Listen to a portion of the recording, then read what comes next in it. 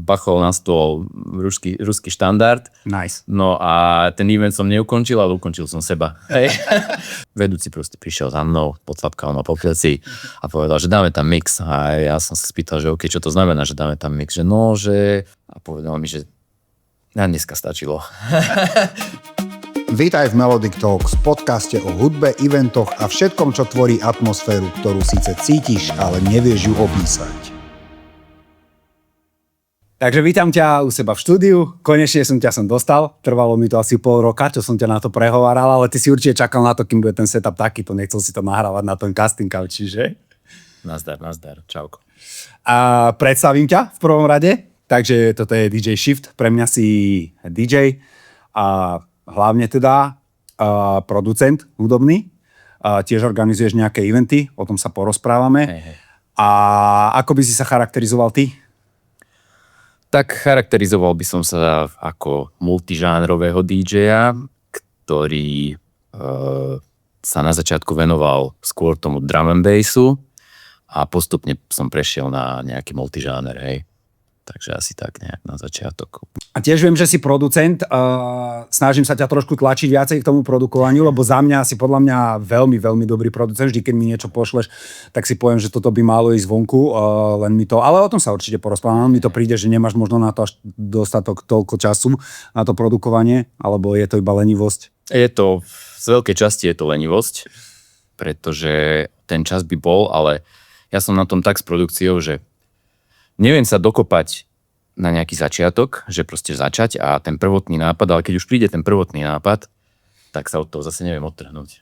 Poznám to. Je to také návykové, že už keď človek niečo začne robiť a už vie, ako chce, aby to znelo, tak už potom pri tom presedí tie hodiny a dá tomu ten čas. To zase ani nie je dobré, keď si pri tom veľmi dlho, lebo proste tie uši sa ti unavia a vlastne už znie to dobre. Škodíš. Áno. Škodíš vlastne tomu. Áno, to máme ja, že proste začneš niečo robiť a už ti to počase začne znieť dobre a keď si to potom vypočuješ následovné ráno s tými fresh ušami, tak si povieš, what the fuck. Hej. Tie reelska, čo sú na internete, tieto komické ohľadom tejto témy sú všetko pravdivé. Tak. Dobre, a ja ťa napríklad pokladám za úspešného DJ-a, že považuješ sa ty za úspešného DJ-a? Ako to vnímaš ty? Na nejakej tejto našej scéne veľmi malá osoba, úspešné. Pre mňa úspech znamená, momentálne pre mňa je úspech to, že mám hrania a že mám napríklad vybukovaný celý mesiac. To je pre mňa nejaký osobný úspech, ale že nejaký globálny úspech, akože aj keď sa bavíme na našej scéne, tak zatiaľ nie. No ale presne z toho pohľadu som to bral aj ja, že jednoducho pre mňa je úspešný DJ, ktorý má nejaké pravidelné hrania, že máš nejaké tie kluby, v ktorých hrávaš pravidelne, že si tam kvázi rezident a vieš baviť ľudí, hej? To je za mňa nejaké merítko úspešnosti. Myslím si, že nepýtal som sa, že či si známy, akože to všetko príde časom, to je vec, ktorá sa jednoducho nedá nejakým spôsobom oklamať, preskočiť a tak ďalej, ale podľa mňa tá úspešnosť by sa mala merať tým, že či dokážeš tých ľudí zabaviť.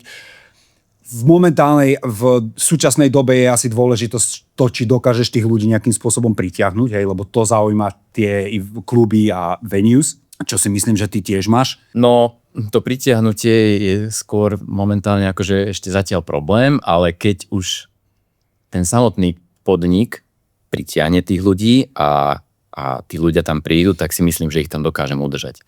Aj keď možno neskôr spomeniem nejaké situácie, keď sa mi to nepodarilo, ale z tých 90, dajme tomu 5%, keď tí ľudia tam už prídu, že sú zvyknutí napríklad na ten klub, do toho klubu chodiť a hrám tam ja, tak si myslím, že moja úspešnosť je nejakých 95%, že tam aj ostanú, alebo pri najhoršom sa idú pozrieť do nejakého druhého a vrátia sa naspäť, že tam bolo lepšie.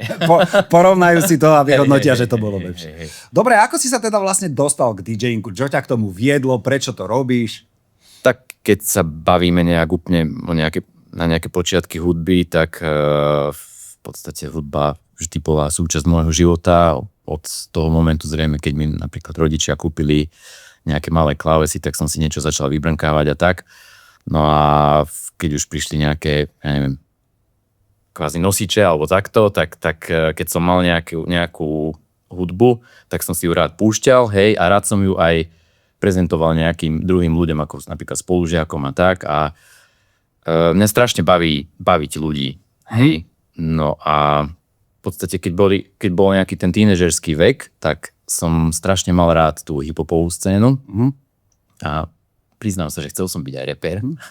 Aj som mal nejaké také pokusy, že som si texty písal a že som si aj dokonca aj robil beaty a čo sme s kamošom špekulovali, aj nejaké také trapné pesničky mám, hej. Ale... Takže máš niečo odrepované? Áno, ale možno napríklad neviem. No, moc sa s tým nechválim, moc sa s tým nepriznávam. Ale to boli napríklad počiatky nejakého toho produkovania. No ale videl som, že vlastne tady to asi cesta nepôjde, ale stále som s tou hudbou chcel byť nejak spätý, no a možno som nejak načetol do toho, že možno by mohla byť cesta ten DJing, hej? No a keď som sa dostal do Anglicka, vlastne však my sme rovnaká generácia, tak si pamätáš, že naša generácia bolo tak v móde, že ísť do zahraničia a hlavne do toho Anglicka teda, tak som chodil, a keď som sa dostal do Anglicka, mama mi dala nejaký budget, nejaké peniaze, hej, že čo som mal našetrené u nej, že ja som jej vlastne dával peniaze, keď už som pracoval, tak som jej dával peniaze akože kvázi na živobytie. Ale ona mi to odkladala. A vzniklo z toho nejaký, ja neviem, asi za 2 roky peniaz, vtedy ešte na koruny 20 000 korún. A vtedy bola libra približne nejakých 50 korún, 1 libra. A dostal som vlastne od nej 400 libier. No a prišiel som do Anglicka za kamošom, ktorý už mal pre mňa pripravenú prácu a robil som v podstate v carwashi, sme umývali autá. No a hneď som tieto svoje peniaze, ktoré som dostal od mamy, som chodil okolo jedného elektroshopu a vo výkladu som zbadal gramce. A za 320 libier som hneď týchto 400 libier oplieskal, ale čo som tam bol asi 2 týždne a kúpil som si taký setup takých totálne šitných plastových gramcov, Gemini sa to volalo, značka, proste setup 2 gramce, mixák a potom som si išiel kúpiť nejaké platne. Jasné, však na čo zaplatiť ubytovanie alebo jedno. No jasné. Treba kúpiť gramce. Áno, a hneď proste, že však čo tu budem robiť, však pôjdem do práce, hej, tak si vo svojom voľnom čase sa budem učiť hrať.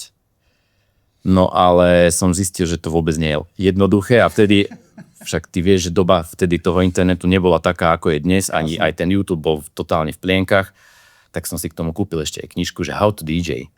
A to som študoval postupne a tak. A samozrejme, jak som ti hovoril, že som chcel byť hip-hopový DJ, tak som si kúpoval hip-hopové platne a absolútne mi to nešlo. Dokonca aj tie gramce síce mali akože že priamy náhon, ale vôbec to nedržalo, proste úplne to bolo celé zlé. No a potom prišiel za nami ešte ďalší kamoš, ktorý mal rád veľmi drum and bass a akože ja som si už nejaké dramáčové platne kúpil, lebo však ja som bol nejak s tým spätý? Áno, s tým spätý a vnímal som drum and bass. Ale on ich začal kupovať viacej a tiež spadal, že wow, že ty máš granty, že pomôž, že nauč ma to a tak, ešte sám som to poriadne nevedel. No a on bol asi tak nejak, jak ja na začiatku s tým hip-hopom, že teda s tým rapom, že teda že ja si na to nemám, že tak som tie platne od neho kúpil a začal som si hrávať dramáče. OK. No a tie dramáče mi išli aj o mnoho jednoduchšie, lebo tam je taký, nehovorím, že rovnejší beat, ale je to proste tak, že sa to dá lepšie beat matchovať. Lebo hip-hop je o tom, že musíš niečo nechať hrať a niečo nechať doznieť a až potom na konci to proste... Tak a hlavne je to asi hodne vokálne ten hip-hop. Hodne vokálne a nesmú sa miešať tie vokály a ten dramáč bol taký, že sa to dalo prelínať a proste niečo je podobné jak techno a house, že dali sa tie prechody robiť podstatne dlhšie ako ten hip-hop. No a tak som sa dostal k tomu drum and bassu, akože k hraniu. Hej. No a keby som tú cestu zhrnul, to som mal okolo nejakých 20 rokov. A v 24 som sa vrátil domov, zobral som si aj gramce so sebou, to som sa vtedy cítil jak taká superstar, pretože som si do kufru zabalil gramce a do príručnej batožiny som si zabalil platne, tak som si hovoril o sebe, že títo si určite na colnici budú mysleť, že ja som nejaký známy DJ, vieš, mám techniku v podpalubí a platne pri sebe, ale to bolo jediné, čo som si vlastne mohol zobrať, čiže som si tie gramce zobral domov. Potom som sa vrátil do Anglicka, kúpil som si ešte jedny, také s tým páskovým pohonom. Lebo tie boli akože direct drive a tieto boli paradoxne, tie s tým páskovým pohonom, alebo remeňový pohon sa to volalo, tak držali lepšie. No a keď to vlastne akože zhrniem tak v rýchlosti, tak keď som sa vrátil domov na Slovensko, tak tie platne som poznal tak, že proste som ich mal všetky prehrané veľakrát. No a zostal som taký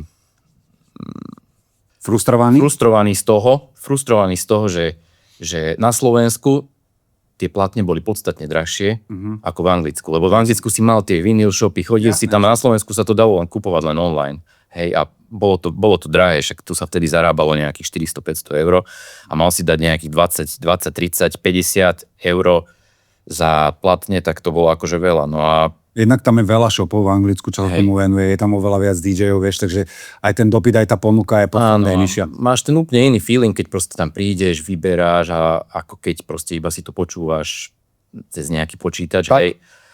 No a zanevrel som na to. Proste som v gramci chytil a hodil som do garáže. Platne boli volakde len na poličke.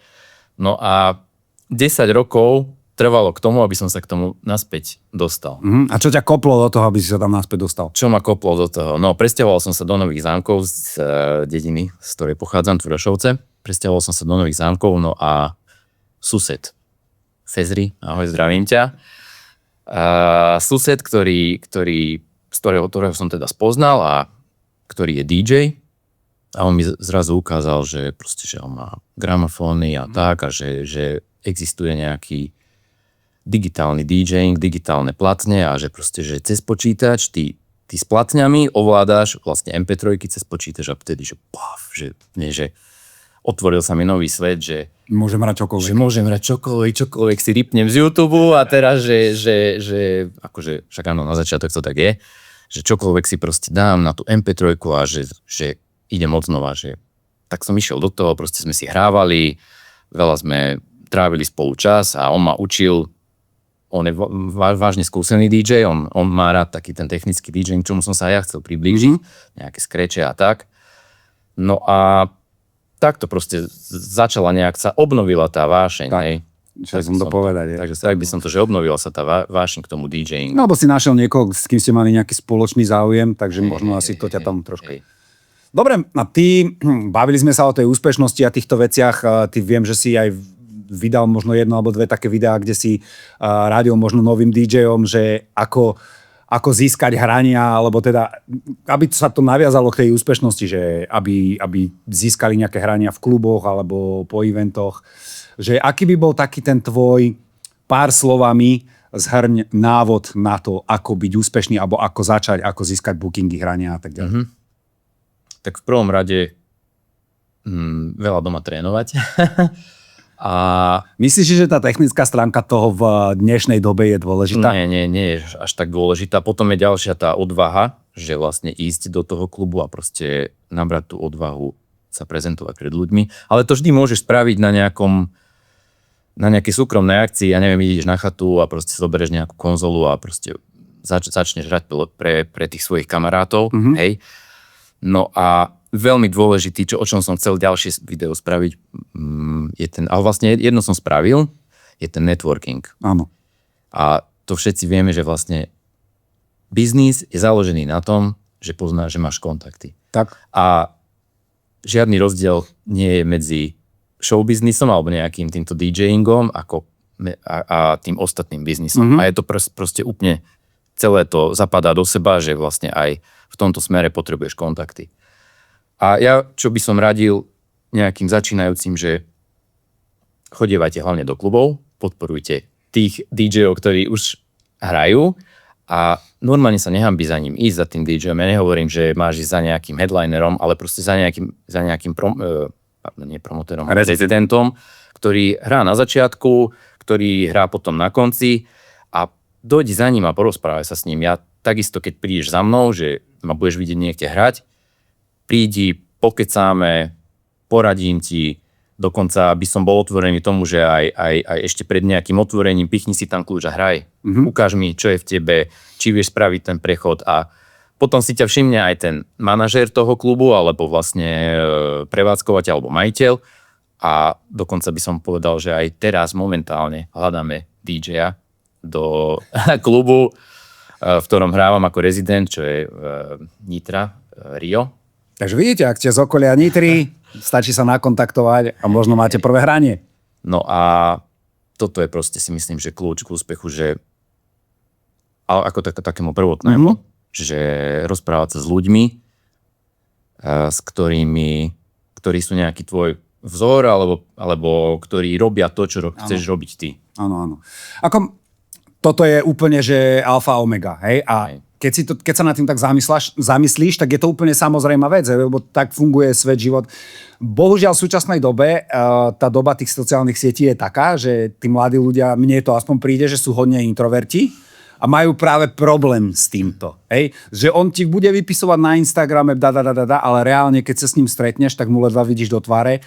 Hej? A dostať z neho slovo je veľmi ťažké. A potom, keď sa zamyslím nad tým, že či by napríklad dokázal nejakým spôsobom komunikovať s ľuďmi, s crowdom a tak ďalej, tak už ti to dá taký náznak toho, že ten človek možno nebude úplne pravý na to.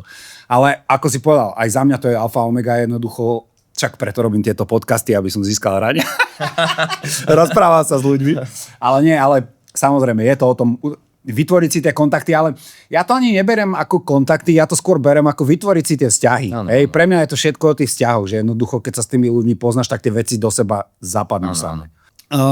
Bavíme sa o tom hraní, o tom DJingu. Vieš si tak niekde v hlave vynoriť, že aký bol nejaký tvoj highlight tej svojej DJ-skej kariéry, že čo bolo také najlepšie pre teba, čo si povedal, že I made it. Tak momentálne úplne najlepšie hranie, čo som kedy zažil, tak bolo na tvojom evente. To musí povedať. Ale nie to, ako úprimne. Bolo tam veľa ľudí, tí ľudia dávali energiu a proste to bola zatiaľ u mňa topka. Hej. To ti môžem povedať, že to bolo naozaj proste úplne fantázia. Hej. Ale tak zažil som aj nejaké iné dobré hrania. Napríklad by som spomenul jednu crew, ktorá už neexistovala, ale už nerobí, momentálne nie sú aktívni na Greenland, keď ma pozvali do šaly do metra, tak aj tam bola super atmosféra, to bola taká viac, akože to bola indoor akcia, undergroundová, tam bolo tiež super, tam sa mi tiež veľmi dobre hralo a vlastne som tak nejak pociťoval, že v tom čase to bol môj nejaký highlight, takže asi tieto dve by som zažil. A potom akože každé nejaké to hranie, kde tí ľudia proste dajú zo seba tú emóciu, proste vrieskajú, pištia, to je pre mňa nejaký highlight. Hej. Jasné, že je tam tá atmosféra, energia. A to sa mi stalo aj na našich eventoch, ktoré robíme s našou crew. Takže... Začal si o tých eventoch, ktoré robíte, tak kľudne to rozviň, že čo vlastne organizujete? No, tak nespomenul som to na začiatku, ale síce som to spomenul, ale by som to troška rozvinul, že som drum and bassový DJ a producent a potom multižánrový DJ. A takže sú to nejaké také dve sféry, hej. A v tom drum and bassovom svete som aj členom crew, ktorá organizuje drum and bassové akcie v Nových Zámkoch. A volá sa tá crew Handbrake. Hlavne sú to indoorové akcie, ale už minulý rok sme mali vlastne prvú openerku, ktorá sa konala v Komoči. 21. júla organizujeme ďalší, teda druhý ročník. Tento rok na Komoči, čo je vlastne obec pri Nových Zámkoch. A tí, ktorí majú radi dramáče, tak ste vítaní, príďte to podporiť, robíme to hlavne pre vás a pre tú miestnu komunitu tých ľudí, ktorí majú radi vlastne ten drum and bass. Hej. Dobre, super. Takže určite, Komoča 21. júla. Openerka, drum and bassová. Hej. Dobre, a no? Ešte by som chcel vlastne k tomuto eventu, k tejto openerke povedať, že je to taký jedinečný, možno, že nie jedinečný, lebo možno to robia aj iné openerky, ale je to vlastne na celý deň. Že nájdeš si tam program aj počas dňa, dokonca tam chodia aj rodiny s deťmi, starí ravery, ktorí už do tých klubov v noci nechodia, pretože majú rodiny. Máme tam aj skákajúce hrady pre deti a proste už od rána sa hrá nejaký ten old school drum and bass a večer proste sú už nejaké nové veci a tí aktuálni interpreti. OK, chápem, takže taká rodinná akcia v podstate, že hej, vedia sa tam zabaviť aj deti a tak ďalej. Dobre, tak myslím si, že tie denné eventy a denné hrania budú čoraz populárnejšie do budúcnosti.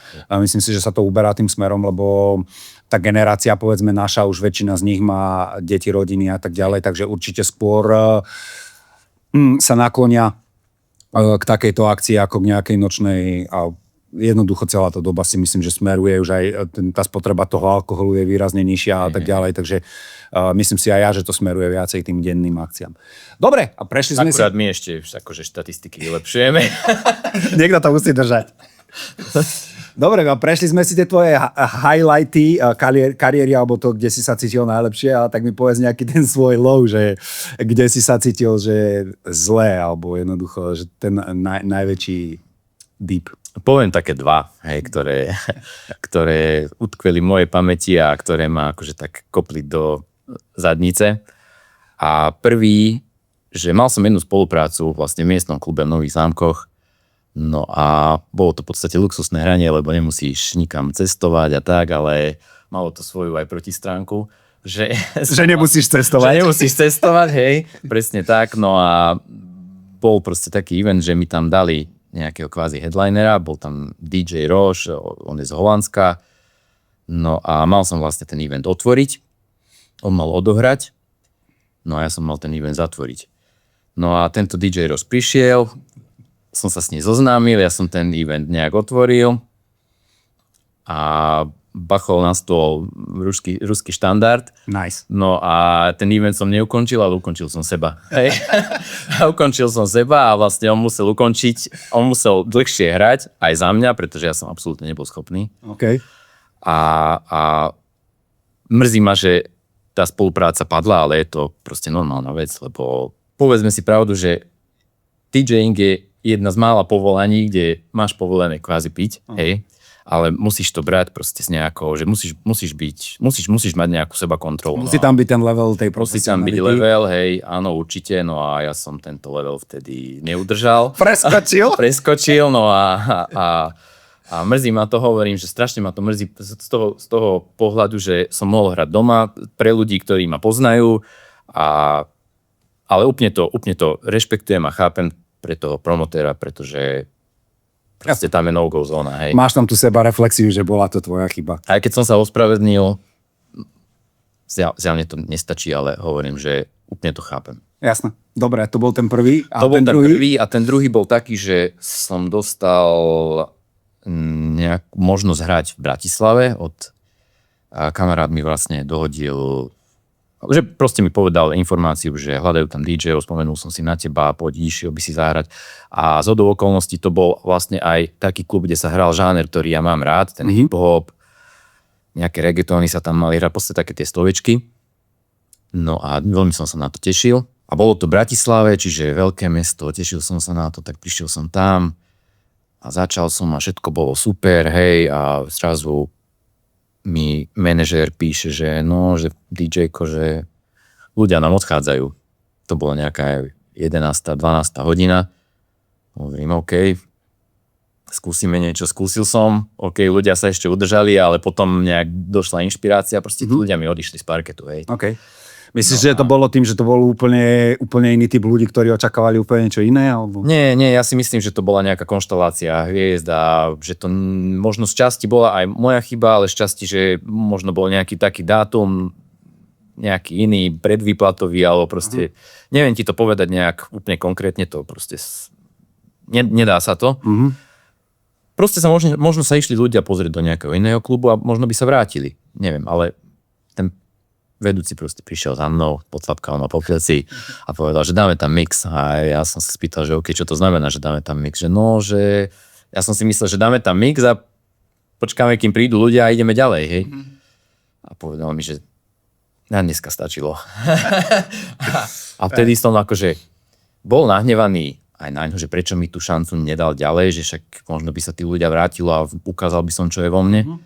Ale bol som nahnevaný aj na seba, lebo som si uvedomil, že možno tá moja knižnica na tú Bratislavu nie je pripravená a nie je stavaná, ale zase ti to dá nejaký impuls sa nakopnúť a posťahovať nejaké nové veci, nejaké nové remixy, nejak to refreshnúť, takže každý ten pád je určite na niečo dobré. No jasné, niečo ťa to naučilo. Akože najhoršie na tom je to, že to nevieš úplne vyhodnotiť, že čo bol ten problém, ale určite ti to pomohlo aspoň v tom, že si povedal, že OK, že potrebujem rozšíriť tú knižnicu nejakým spôsobom, že možno na niečo iné by sa chytili, ťažko povedať v tomto prípade. Ale áno, dá ti to takú sebareflexiu, že vieš potom s tým pracovať. Dobre, od tebe viem, že ty si jeden z mála ľudí, za čo ťa ja napríklad rešpektujem, že dokázal si urobiť to, že jednoducho opustil si korporátny svet, alebo respektíve taký ten red race pracovný, že jednoducho chodiť do roboty, zarábať na to, aby jednoducho som si v podstate mohol iba nejakým spôsobom žiť, že opustil si to a začal si sa venovať iba v podstate sám sebe, poviem to tak, jednak hudbe, viem, že robíš tie prenajmy a tak ďalej a tak ďalej. Že mal si tú odvahu urobiť ten krok, za čo ťa fakt, že rešpektujem. Skús poradiť ľuďom, že ako sa k tomuto rozhodnutiu možno dokopať. Nemusí sa to úplne že týkať hudby, ničoho iného. Však samozrejme ľudia majú rôzne záľuby, chcú robiť rôzne veci. Ale že čo ťa k tomu primelo a dalo ti tú odvahu, že OK, idem to urobiť? V prvom rade je tam veľký ten strach z neistoty. Je tam brutálny strach z neistoty, ktorý ťa tak núti to nespraviť, že to nakoniec nespravíš. Ale na to sa totálne treba vykašľať, na to sa totálne treba vysrať s prepáčením, lebo ak máš teda okolo seba nejakých blízkych, určite ťa nenechajú umrieť hladom, alebo aj keď nie, tak proste vždy sa dá niečo vymysleť, vždy sa dá vrátiť naspäť, vždy je cesta späť. No a v prvom rade je toto, že ťa nejak ťaží tá gula, že a ja som mal napríklad v tom čase, ešte 2 roky som platil leasing, platil som nejakých 350 za auto, mám hypotéku a tak ďalej. No ale prvotný krok, čo by som ja poradil tým ľuďom, ktorí to chcú spraviť, je nájsť si nejaký príjem bokom. Napríklad ako ja som mal ten DJing, mal som napríklad, že 2 hrania za mesiac, čo bolo nejakých 300 €, 400 €, 3, 4, potom sa to nejak nabalovalo. A keď som mal aj nejaký príjem, ja poviem, to je jedno proste, aký príjem. A teraz dať trošku látku dole z toho životného štýlu. A teraz si povedať, že zredukovať náklady a teraz, že stojí mi to za to chodiť a každé ráno sa budiť s nechuťou, ako radšej dať dole z toho tvojho štandardu a robiť niečo, čo ťa naozaj naplňa, čo ťa baví a radšej pracovať na tom, a postupne sa dostať na ten štandard, kde si bol predtým. Áno. Takže nájdi si nejaký vedľajší príjem, až pracuj na tom vedľajšom príjme, aby bol a proste nájdi tú hranicu, kde to sekneš. To je podľa mňa nejaký ten recept a absolútne sa neboj. Ten strach, ako si povedali, je asi ten najväčší faktor, lebo ten ťa v podstate paralizuje. Paralizuje ťa urobiť to rozhodnutie a stále zostávaš v tom systéme toho. Áno. A čím si dlhšie v tom systéme, tým viac sa utvrdzuješ v tom, že máš tú istotu, ktorá v podstate vôbec ani není istota reálne, keď sa na to zoberieš. Vôbec to nie je istota. Vôbec to nie je istota. Sami vieme, že proste, keď bola korona, koľko tých istých jobov, pracovných miest, tak to padlo. Áno. Takže to nie je vôbec istota, akože mne to mama rozprávala celý život. Nájdi si robotu, kde budeš mať istotu v Kii, bum, vyhodili ju z Kie. Aká istota? Jednoducho, není to isté. Ako reálne jediná istota, čo je, že sa môžem spoľahnúť som na seba. Áno. To je všetko. To je jediná istota pre mňa.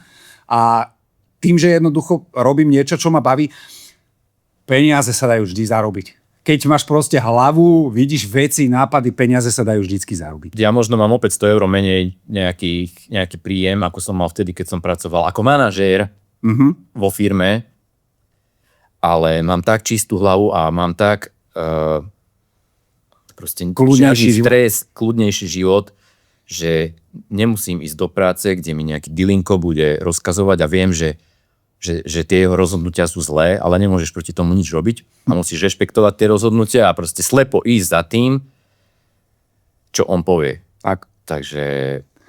Ako ja som mal relatívne prácu, ktorá nebola až do takej miery stresujúca v zmysle toho, že som až tak extrémne musel počúvať nejaké príkazy a tak ďalej, ale aj tak som sa rozhodol urobiť jednoducho ten krok, lebo podľa mňa dojdeš do bodu v živote, kedy si povieš, že kokos, plánujem toto robiť celý život a nikdy sa nevenovať tomu naozaj, čo chcem a čo milujem a jednoducho jedného dňa sa ti niečo stane a to sa môže stať veľmi rýchlo a potom pochopíš a začneš ľutovať, že mal som urobiť to alebo to jednoducho.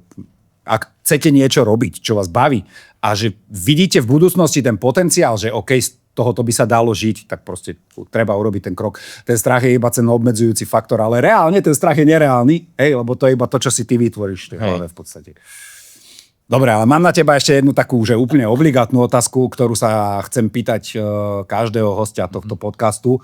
A to je, že ako vidíš momentálne súčasnú klubovú scénu na Slovensku? Že ako to vidíš ty z pohľadu toho multižánrového DJ-a a toho DJ-a, ktorý hráva po kluboch a takýchto miestach? A aká si myslíš, že bude toho budúcnosť? Ja ti poviem možno obidva svety, aj toho multižánrového, aj toho drum and bassového, keď sa nenahneváš. Nie, budem rád. Z toho multižánrového, ale aj z toho drum and bassového určite. Proste je to evidentné, že tí ľudia menej chodia. A vidím to aj na tom, že prenajímam prehrávače, prenajímam techniku DJ-skú o mnoho menej prenajímam ako posledné roky. Okay. Prečo si myslíš, že to tak je? Že prečo je tam ten úbytok? Akože samozrejme, že som ovplyvnený tými názormi, ktoré sú momentálne na internete, ale je to tak, je to pravda proste. Ten svet, už si to spomínal aj v minulom podcaste, keď si chcel niekoho vidieť, keď si chcel s niekým sa rozprávať, tak si musel ísť von. Tak. Dnes, poviem to na príklade, nejaké dedinské krčmy. Dnes dedinské krčmy normálne reálne vymierajú, proste nikto tam nepríde, hej. Tí ľudia sa tam stretávali, rozoberali nejaké veci, dokonca rozoberali aj niečo, že riešili aj, že však áno, ja mám toto, ja mám nejaký príves, ja mám toto, požičiam ti, porobíme, vypili si, odviazali sa tie bariéry a tak. A dnes, čo spravíš, keď niečo od niekoho chceš? No chytíš telefón a napíšeš mu. Tak. Čiže tá socializácia, naozaj tá sociálna sieť dopomohla k tomu, že tí ľudia sú antisociálni a reálne sa menej stretávajú z očí v oči.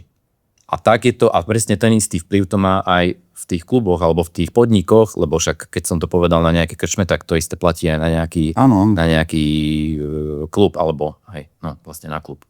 Takže však spravia si skupinu mladí ľudia a píšu si tam miesto toho, aby išli a sadli si a porozprávali sa. Presne. Ako v tomto ja osobne s tebou súhlasím.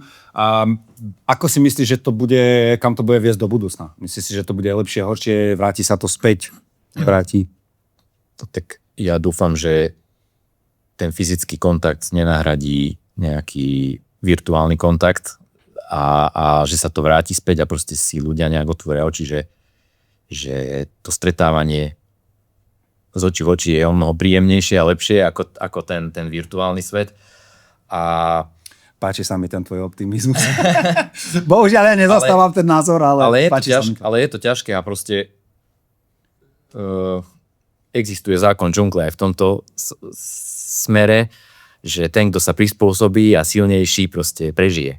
A ten, kto sa neprispôsobí, tak proste vymre. Áno, len prispôsobenie v tomto prípade znamená, že naozaj sa prispôsobíš tomu online svetu a myslím si, že to je v podstate celé iba v zárodku zatiaľ, že ten online svet sa bude ďalej vyvíjať do virtuálnej reality a tak ďalej. Vieš, že myslím si, že bude to ešte výrazne horšie, čo sa týka tých osobných sociálnych stretnutí, ale uvidíme, necháme sa prekvapiť. Ja by som bol tiež rád, keby sa to vrátilo, lebo tak my sme boli proste generácia vychovávaná na kluboch a socializovaní. Ale obávam sa, že tá doba už je preč. No a keby som to povedal z toho drum and bassového svetu, tak áno, vídam to, sú také crew, ako sme my, nejaké miestne, o mnoho menej robia, lebo to vidím z tých požičiavaní prehrávačov, že menej ich odo mňa pýtajú. Takže existujú, ale proste sú neaktívne. Takže nerobia ani tých eventov. Nerobia ani tých eventov toľko. Ja sa pochválim, akože nie ja, ale našu crew pochválim za to, že sme jedna z malých crew, ktoré sú stále aktívne, ale je tam vplyv toho, že máme skutočne skvelý tím ľudí, akože tých členov, ktorí sú tam. Máme chalana, ktorý robí v reklamke, ktorý sa venuje marketingu toho. Ja mám techniku DJ-skú, máme chalana, ktorý má zvuk, ktorý sa živí tým, že je zvukár. Áno. Takže týmto smerom by som chcel aj pozdraviť Albína, Ivoryho, Gepyho, Lexoru, Anteho, OK, to sú členovia nášho tímu. A potom tam máme chalana, ktorý je už aj členom Tridentu. Trident poznáš, ktorá je asi najväčšia. Ja poznám aj Handbrake. OK. Takže on robí zase nejaký ten networking. On komunikuje s tými DJmi, aby sme sa nejak vymieniali, aby sme proste robili nejaké kolaborácie týchto eventov. A dokonca by som chcel zase zapromovať 8. mája je veľká akcia v Šuranoch, kde spojíme síly s Tridentom a bude tam strašná kopa DJov, headlinery Changing Faces. Nice. A celá tá nejaká komunita drum and bassových DJov zo západného Slovenska tam bude. Takže ten, kto má rád drum and bass a náhodou, ak sú nejakí potenciálni DJ, ktorí sa tomu chcú venovať, tak tam budeš mať toľko networkingu, že treba tam. Že nie je to podujatie iba pre širokú verejnosť, ale aj tí DJ si tam vidia. Obávam sa, že tam bude viac DJov. Jak tí čo? Po tejto poslanke, po tejto komerčnej prestávke.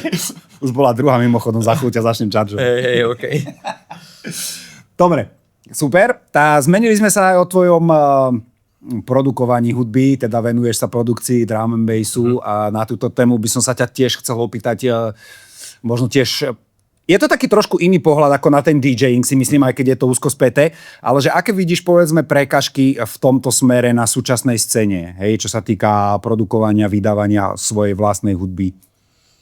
Prekážky. Alebo ty nemáš žiadne prekažky? Určite mám. Hlavné prekážky sú to, ktoré poznáš aj ty, že darmo máš dobrý track, alebo ty si myslíš, že máš dobrý track, alebo ja si myslím, že mám ja dobrý track, keď proste ty ho dáš niekam von a neštekne ani pes po ňom.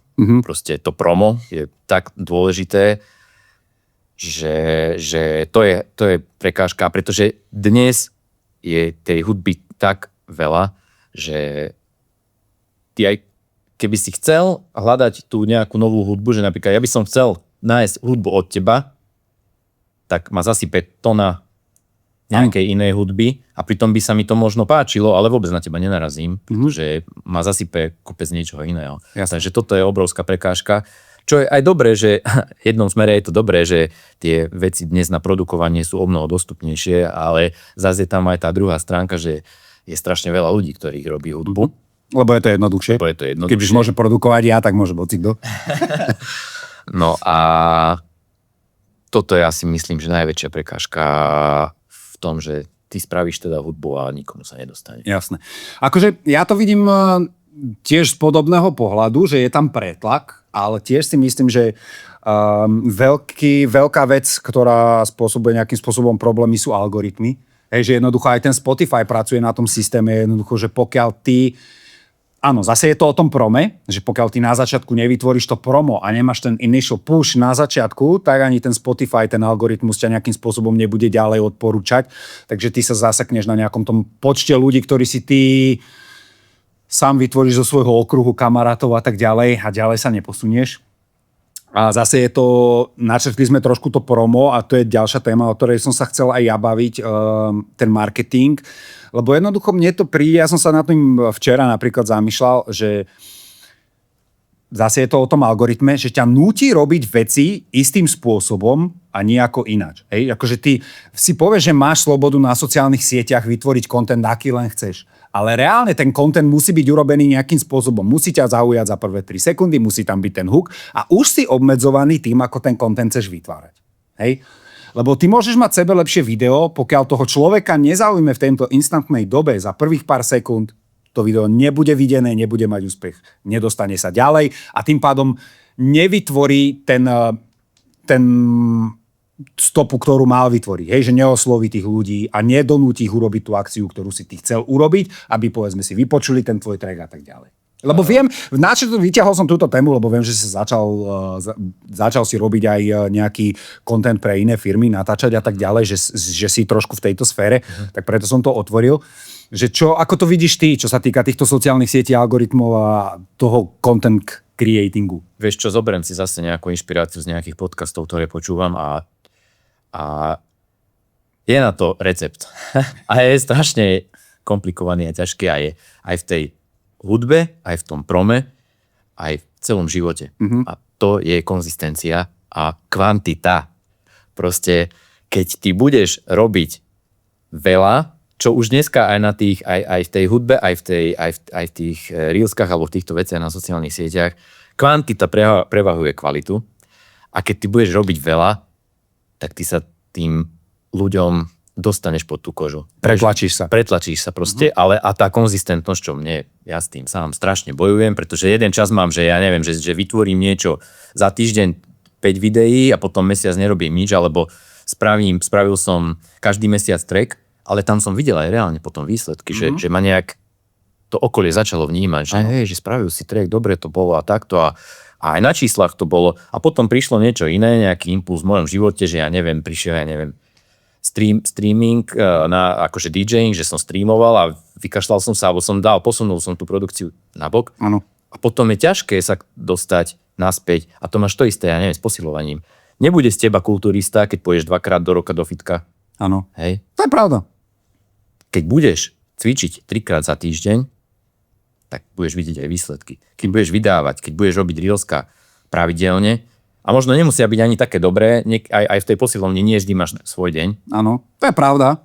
Je to veľmi ťažké, ale ten recept je tá kvantita. Chápem, že tá kvantita, že je to kvantita over kvalita, ale je to možno trošku na škodu, lebo potom naozaj, lebo tou kvantitou sa zase vytvára iba ďalší pretlak. Hej, že je to zase ďalší pretlak informácií, impulzov, hudby a tak ďalej, že momentálne napríklad to je ďalší nový trend, že momentálne tá hudba sa výrazne skrácuje, neviem, či si snažilo, ale teraz sú tracky proste, že 2,5 minúty. Však ja, čo mám nejaké platne, tak tam sú 7-minútové tracky drum and bassové a dneska, keď spravím 4-minútový, tak je dlhý. No, presne, akože si pamätám tie Solomonové staršie veci, kde mal 8-minútový track a krásne sa to postupne vyvíjalo. Akože to už je preč. To je proste v súčasnej dobe, že je najlepšie začať dropom. Hook vlastne musíš dať do pesničky. A potom to už iba zlepšovať. Takže zase, je to o tej... A tiež si myslím, že k tomuto prispeli tie sociálne siete. Lebo ten attention spam, tá udržateľnosť tej pozornosti ľudí sa výrazne skracuje. Bohužiaľ, chceš ísť proti prúdu, tak si rob veľmi kvalitný content raz za mesiac a kam sa dostaneš? Jasné, nepretlačíš sa v tom pretlaku tých informácií. Musíš ísť s tou dobou a musíš robiť to, čo tá doba vyžaduje, inak neprežiješ. Ak sa neprispôsobíš. Áno. Zas ako, ľahko sa to hovorí, sám s tým bojujem, ale aspoň si to uvedomujem. Začiatok. Je ako keď si alkoholik, vieš, že prvý krok je uvedomiť, že si alkoholik. Áno.